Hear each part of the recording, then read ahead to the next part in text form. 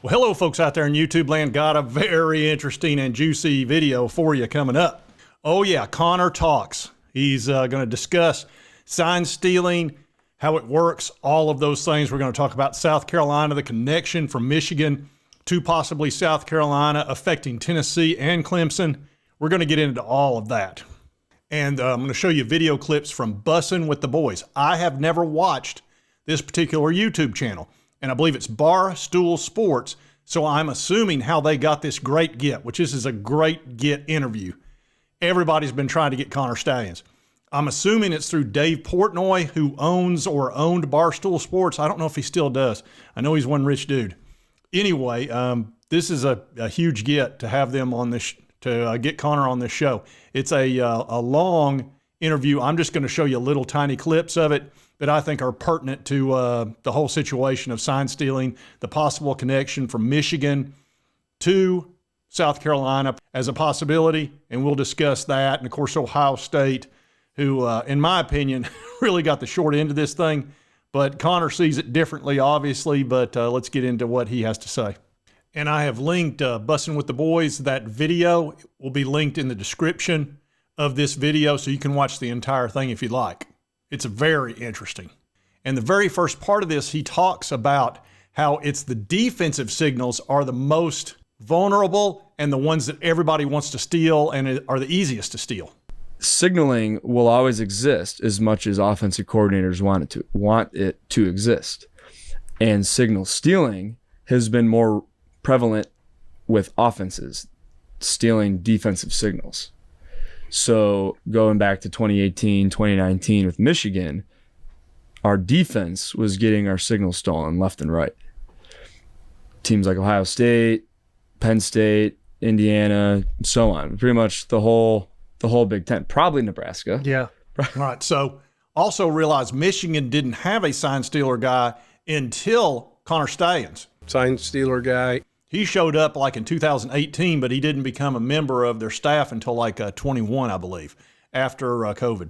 Now he's going to talk about the percentage of schools that he believes have sign stealers or guys who try to steal signs. Now, I don't think anybody took it to the Connor Stallions level, and there are several questions in here I'm going to tell you about at the end that were not asked that are incredibly important, but we're going to find out a lot in this. We talked about Ohio State having their own Connor Stallions. How many of the Power 4 conferences have a Connor Stallions? I mean, it's got to be 80 to 90%. 80, 90%. But let's the Big Ten before. Well, I'm sure USC does. I'm sure Washington probably does. Any team worth of shit has. The only two teams that, to my understanding, did not were Iowa and Michigan State in the Big Ten. I can't imagine anybody had a Connor Stallions, though. A guy that did all that forward scouting and all that kind of stuff. But anyway, he's claiming 80 to 90% they probably have somebody that tries to decipher the signals. Now we're going to get into something really important. It's talking about Sundays after Saturdays. I can't begin to tell you how important this part is.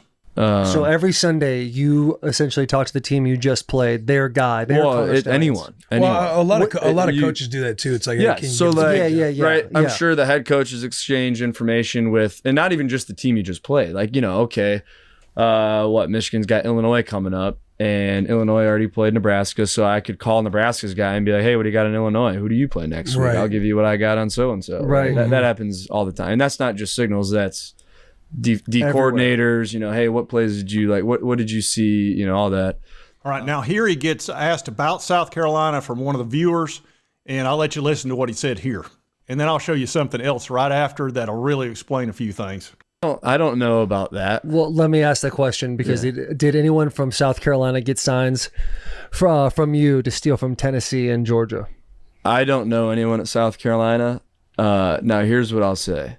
There's this whole, like a giant circle of the intel guys, right, that know each other, right? And you're usually 1 or 2 phone calls away from anyone you want, right? Like if we played Georgia in 21 in the Orange Bowl, and I got a hold of a couple SEC teams that were playing Big Ten teams in their bowl game. And so I'd give them what I had on them, and they'd give me what they had on Georgia. Also, this is my favorite. So trading happens all the time, right? 2021, we lose to Michigan State. Kenneth Walker had a great game. Played fantastic. Yep. And we needed some help.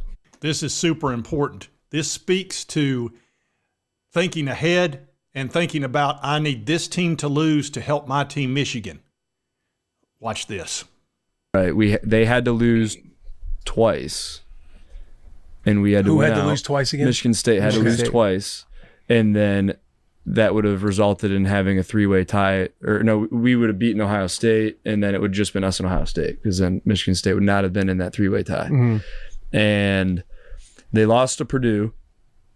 And then I think it was the next week they played Ohio State, the week before we played Ohio State. And so we needed Ohio State to win. So I gave Michigan State signals to a buddy of mine and said, hey, I changed all the logos. I made it look like it came from a different school, because I don't want to give Ohio State something from Michigan, right? They might not use it. Who knows? But right. We need Ohio State to win. And I know. Y'all picking up on this? You picking up on what he's doing? They steal the crap out of defensive signals, so here you go. So I gave it to a buddy who may have given it to a buddy who then gave it to Ohio State and said, classic game of telephone. Yep, I got this from so-and-so at, name your school university. Mm-hmm. And so they got, I'm sure they probably already had them, but it just confirmed everything. But and then they won like 60-0. And that's all you needed. Yep. And that's all you needed. And what did he need in 2022? He needed Tennessee and Clemson to lose an extra game. That way, if they lost to Ohio State at the end of the year, they could still get in the 4-team playoff, because the two teams that were in their way would have been Tennessee and Clemson. And what was the one team that was playing both Tennessee and Clemson? I wonder who that can be. Ernest T knows. South Carolina. Exactly. And what was it footballscoop.com said? A person with direct knowledge said that they may very well had reached out to somebody to help a particular team that could have knocked out a couple of foes that Michigan was concerned about. Very interesting. Now, they did not ask him two very important questions. They didn't ask him about the forward scouting and any of that. They also did not ask him about Central Michigan being on the sidelines. Now, you've obviously got to take everything into consideration with a grain of salt, because he's a guy that literally held up a picture of himself and said, that doesn't even look like me. What are you talking about, sidelines? And then when the NCAA asked him about it, he said he didn't remember if he was on CMU sidelines wearing their garb, wearing their hat, wearing all that stuff, sneaking over onto their sideline wearing those glasses. Now, we happen to know that Dave Portnoy told Netflix in that special that, he was over there on the sidelines. He told me he was. So this is a heck of an interview. I wish they would have asked those tougher questions, but those were probably taken off the shelf and saying, hey, you can't ask me this, because he wants to coach again in college football.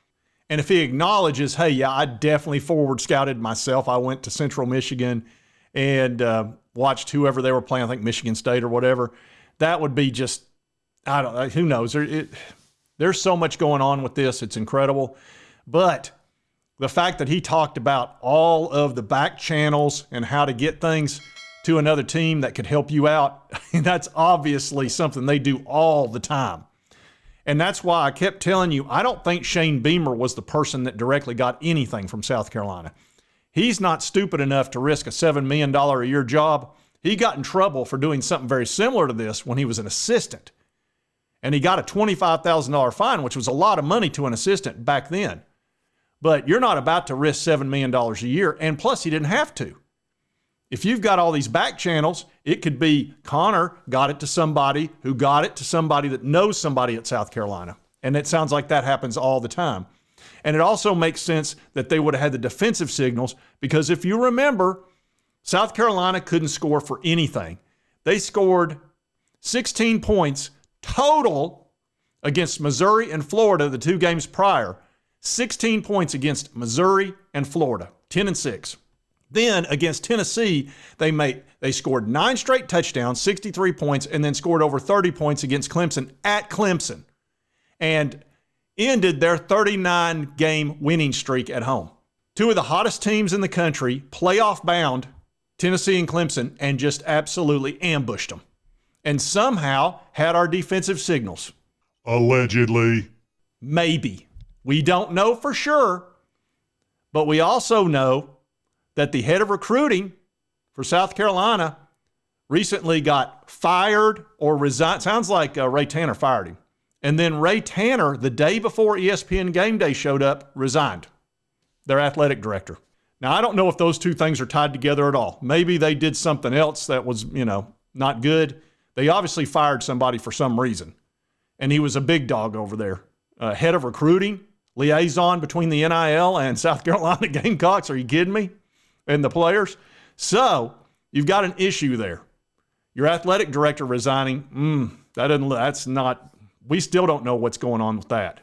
But anyway, I thought this was an extremely interesting interview, and we gleaned a lot out of that.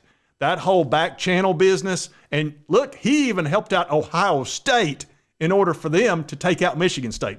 That's how far he was willing to go to take out the team that he despises the most to help out the Michigan Wolverines.